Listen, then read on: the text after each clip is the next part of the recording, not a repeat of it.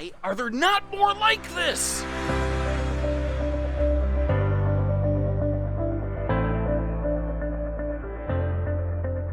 Hello and welcome everybody to Bish's RV, here with a 2327 TB, a rare find twin bed floor plan. But here's the thing, Winnebago took it up another notch. This is maybe one of the very first I've seen private twin bedrooms. It's not the very first. I know like Gulfstream does one out there. There's a very limited number of these out there. That there's a lot of people. I get requests every day. Can a manufacturer build this with a twin bed? Can I request a twin bed? And normally the answer is no. But they took their most popular couples camper in the Minnie series and they twinified this thing. But I love that they left it a private bedroom. Because, like I said, for some reason, twin beds have always been like where the beds are just in the living room. This is nice for people who still want that privacy. Or, what if like one of you goes to bed at a different time than the other? One of you wants to stay up and watch TV or something like that. Having a privacy wall between you, this floor plan is doing things that none of the other ones are. Now, I need to give you a very major housekeeping note real quick. Normally, I wouldn't have done this, but because this floor plan is new and it's the first one I've seen, I still went ahead and recorded it. We are looking at a 2022 today. This is the very last of the 22s built. The 23s are in production now. As we go through this video, I'm going to verbally touch on some of the differences and updates that you'll find. The thing is, they're only cosmetic. There's like almost exactly zero equipment difference between this and a brand new 2023. But again, I've had so many requests for twin beds. I saw one, and folks, you asked for it, and I want to deliver. Keep those requests coming, and I'll continue to have you in the driver's seat driving this channel. And if you appreciate that, make sure you hit that subscribe button and like our video. And let's get inside and see what this one has to offer. Now, technically, this is a new floor plan that I've never seen in the marketplace before, but if you chop off the bedroom, if you just ignore the bedroom for a second, this is a very rank and file, very popular couples camping layout because it is short and light enough that it will typically work for a lot of half tons, maybe not every single half ton, but it's a candidate for a lot of half ton towability, while still giving us good storage, good entertainment, while giving us private sleeping and just a bang-up bathroom. Now, I'm sitting all the way on the right-hand side of the sofa right now, and if I really crank my head all the way over to the window, you can see that you really have a pretty good shot at the entertainment center. And remember, we are looking at a 2022 version of this RV today because the 23 hasn't yet been produced. So I wanted to get you anything I could as soon as I could. If this was a mistake, let me know, and I won't make that mistake again. But what I want to do here, because the living room is pretty straightforward, and it's got some good notes, we're going to come back here. I want to jump right up to the bedroom on this one. I think this is a major area that's going to make or break whether this one works for you or not. The what I call twin to king vertible bed system, because I have my own stupid nerdisms for everything, obviously.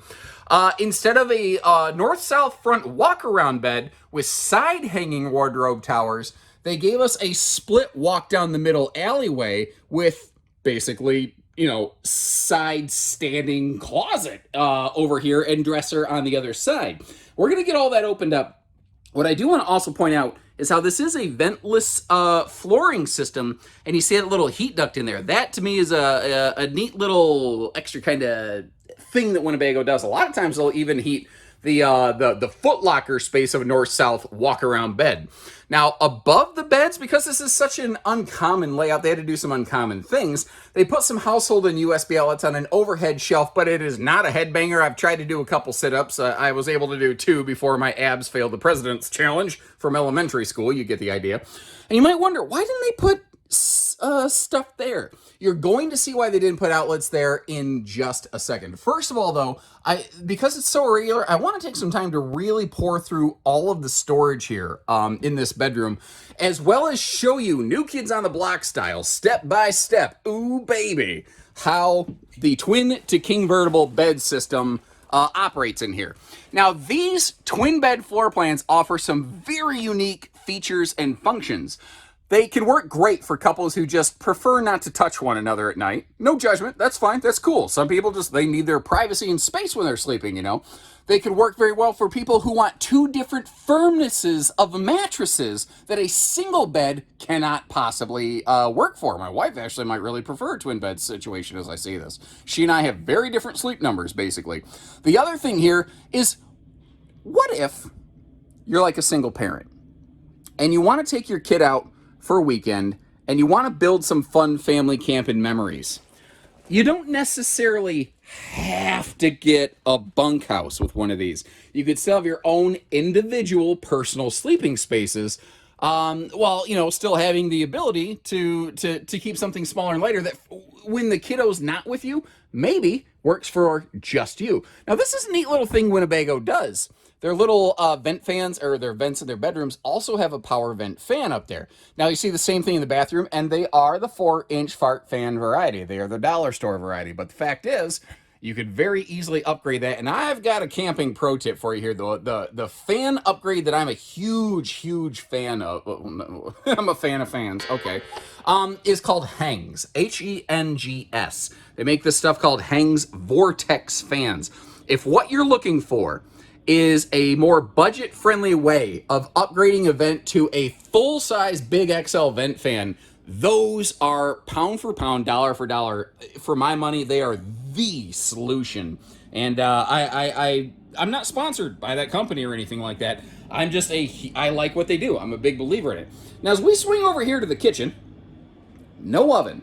Winnebago has started kind of adopting some of the mindset of like their Class B vans or motorhomes, where you've got like, oops, I'm punching the camera, so sorry, a convection microwave oven up there, but no traditional gas oven. I'd be kind of curious, is that, did they nail that or did they fail that? Kind of let me know right there. They are still doing carpet in the slides. Now, Micro Mini and Voyage, the big and little brothers to this, they do not do carpet in the slides. And that sounds weird, like, why doesn't the little brother do carpet in the slides? That is because they have step-up slides, not floor flush like this. They haven't added the extra cost, a couple $100 extra cost to the Mini series to go carpetless. So let me ask you, let's get this feedback to the company. I don't know how much it costs. Let's say it's $300. Would you pay $300 more for this RV to get rid of that carpet? Yes or no? Leave me a comment in the comment section, please. Now, over here, you have 3 seating swaptions. You can get a U-dinette, a hide-a-bed, or a theater seat. But here's the really cool part. Because this is sized for U-dinette, U-dinettes are longer and wider than sofas.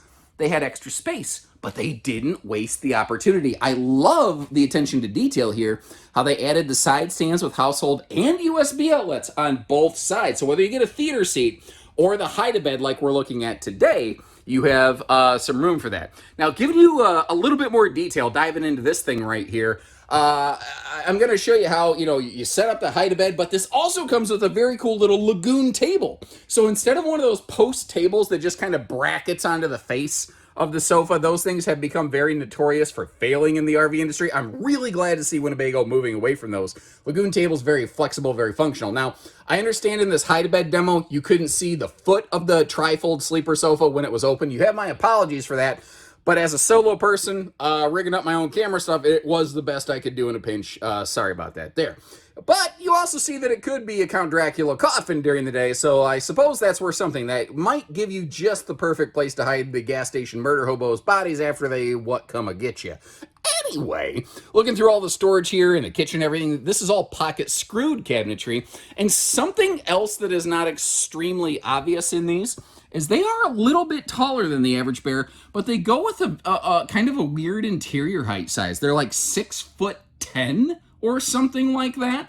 It's a little bit taller than most, not as tall as some, but hey, as a taller person, I'll take anything I can get. As we see when we get into the shower, though, in a little bit here, it is just a smidge too short for me to stand without my head in the skylight, but only by a skosh. Now, if you're looking around here, you can see in the bathroom, there's a black heat duct down there. And you saw in the bedroom there's one, but you don't see any heating in here. I like how they actually masked it. You don't see the heating. You see that little gap under all of the doors and drawers in the kitchen? Now, if I get right down here, you see that little slot? Those are heat ducts. you are actually, it shoots like a blanket of heat across the floor of the RV because, as we know, heat rises. So that is going to be the most effective way to heat this RV. Now, they do a cool thing here. They do have a little wireless phone charge pad. I kind of wish it was like down here, not directly under the TV. It feels like it'd be a little bit easier to get to, but that's kind of a small thing. I mean, do you think it's okay where it is? Does it matter? Should they move it? Again, leave me a comment, let me know. And did you notice how these are not the headbuster cabinets right here, or the what I like to call automatic close overhead doors?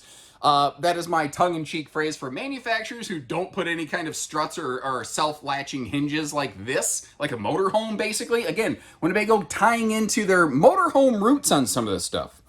Regular viewers, chime in. Can you comment and tell me what it is about this bathroom that we're looking at right now that I probably personally am not a big fan of? Not to say it's a bad thing, but just my own 2 cents. You know what? I haven't looked down here. Ooh, I'm glad I did. A little, you know those trash cans that are like, they can hold a Walmart bag? That would fit perfect down there. And let's do a little sink size test. You can get some adult hands in here. That's not too bad. And I like how deep the countertop is so that, like, if you want to actually put like a hair dryer or a place to set down some toothbrush, toothpaste, you could. Now, look at all the hot air that I'm blowing in here. I don't know if that's even showing up on camera, but it's getting awful steamy with my breath in this bathroom. Now, they twist the toilet over here. This is a porcelain foot flush, and they give you some awesome leg room, which is fantastic. Legs, hips, shoulders. If you are a little bit bigger than the average bear, you're going to fit pretty well there. I like the window in the bathroom. They give it the Frosted Flakes treatment, the Kellogg's treatment, so that you're not giving a free show unintentionally to the neighbors there. But headroom in the shower. Take a look here.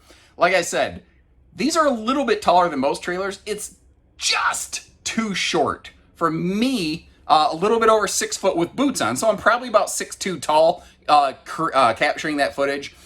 I'm just a bit too tall to stand in that shower without bonking my head. So it's about a 6'1" shower pan to ceiling panel clearance height in there. Thankfully, where that skylight is located is directly in front of the shower head itself. So that should work pretty darn well. I think we've pretty much covered it. Again, just one last little mention inside here. Some of the cabinet colors are going to change for the 23 season. Keep an eye on the channel. Subscribe if you haven't so you can see the new stuff that comes out and, get a full idea of that. Now, whether or not you consider this travel accessible is probably going to depend on your physical stature. With my father figure dad bod, I'm not sure. I am not sure if I'm gonna make it or not, but I'm standing back here in the bathroom, so that should tell you that yes, from the entry door, you can very easily get back here in the bathroom. With the slide closed, we can get to the bathroom. We can obviously get to the kitchen. Like, it is very travel stop friendly. The question of whether or not it is or is not travel stayover friendly, well, it's gonna kind of depend, again, like I said, on your physicality, but, I don't know. I've put on some pandemic pounds since before the pandemic started. We're gonna give it a go. Oh boy, I don't know. This is gonna be close. This is gonna be.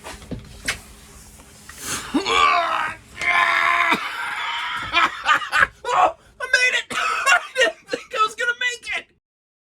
I am genuinely kind of shocked. When I was a little bit smaller, I wouldn't have worried so much about it, but I'm a little heavier now. Not the heaviest I've ever been in my life, but approaching that figure. Oh no, I have to get back out.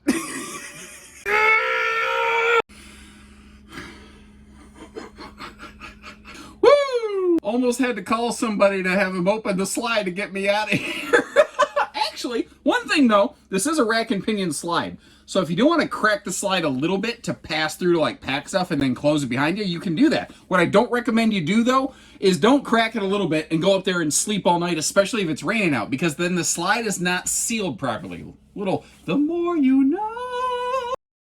Now, I do want to offer just a bit of cautionary information here. If you look at this thing, it's under 30 feet. and it's only about 6,000 pounds, give or take, dry weight. Actually, I think just slightly under that.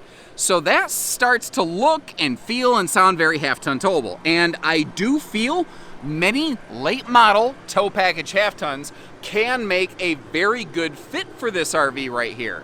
But remember, this thing has awesome cargo capacity, 2,800 pounds plus of cargo capacity, which means the GVW, the maximum weight, might be more than some vehicles want to handle. So watch that carefully, because so many RVs have jack and squat for cargo. It's nice to have good cargo space. Goodyear tires, by the way. That's something I want to showcase for you. As long as I'm up this close, let me go ahead and take a knee. The underbelly of this thing is enclosed. It is forced air heated. It does have a radiant barrier, and they have holding tank heaters on every holding tank standard on these, which I think is very, very cool. Now, if you take a look at this, you might notice the magnet holdbacks and the slam latches for the front outside pass-through compartment. That's a nice little touch there, so it's easy kind of one-hand operational.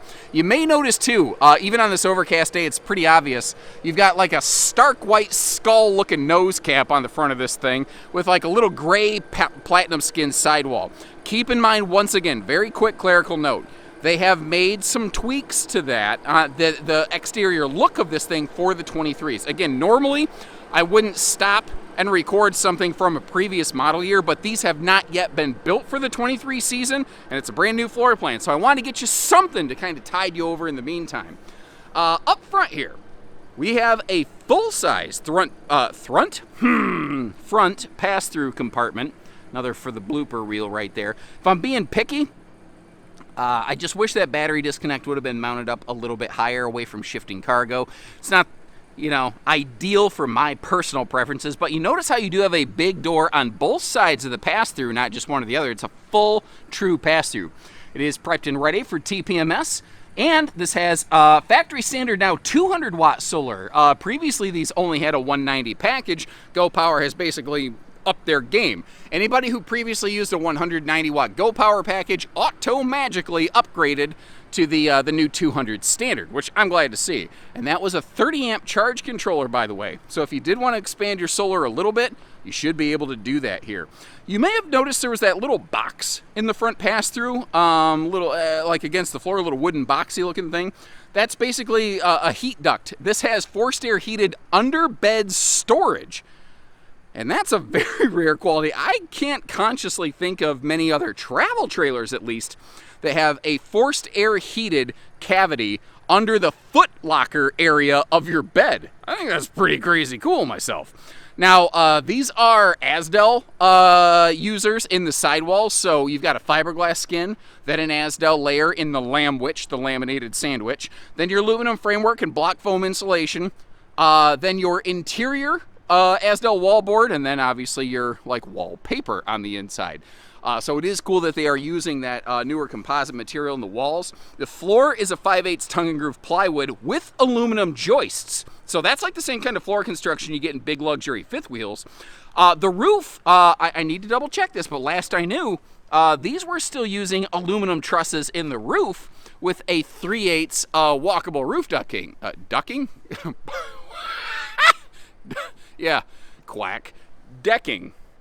And as you can see, they are thankfully including that 250-pound factory standard ladder on the back so that you can get up there and check your seals, clean your slides off, and take a little peek at that factory standard solar package. But did you notice on that solar package how they do give you like a little wind fairing right in front of the solar panel? That is to help keep wind from getting under that, stressing screws, and causing leaks unnecessarily. Why would, as opposed to necessarily, what am I even saying? These leaks are necessary, jawohl! So you've heard me talk plenty. You've heard me talk plenty by now. I need to hear from you. Private twin beds. Are they genius? Are they insanity? Are they crazy? Or are they crazy awesome? Should they continue to expand twin bed things in other travel trailers with private bedrooms? Should they start offering these? So what if a fifth wheel has king beds? Would you be interested in the idea of twin beds in a slide in a fifth wheel? I've never seen that done, but I'd be curious to see if somebody would be interested in that. Let's see what feedback we can get the manufacturers. Well, that's all, folks. I'm going to sign off for now. Check the link in the video description to see where we have one of these in stock. And remember, if you like this, but you're like, I don't want to split in my bed. We still are close, and we'd still like to snuggle at night. Well, the 2327 RB, without the split twin bed, that'll be your huckleberry, as old Doc would say in that movie Tombstone. That is one of my favorite lines in that movie. Val Kilmer, oh, man, I love him as Doc Holliday in that movie. When you folks are ready, we're ready. But until then, take care, stay safe, have fun, and happy camping, everyone.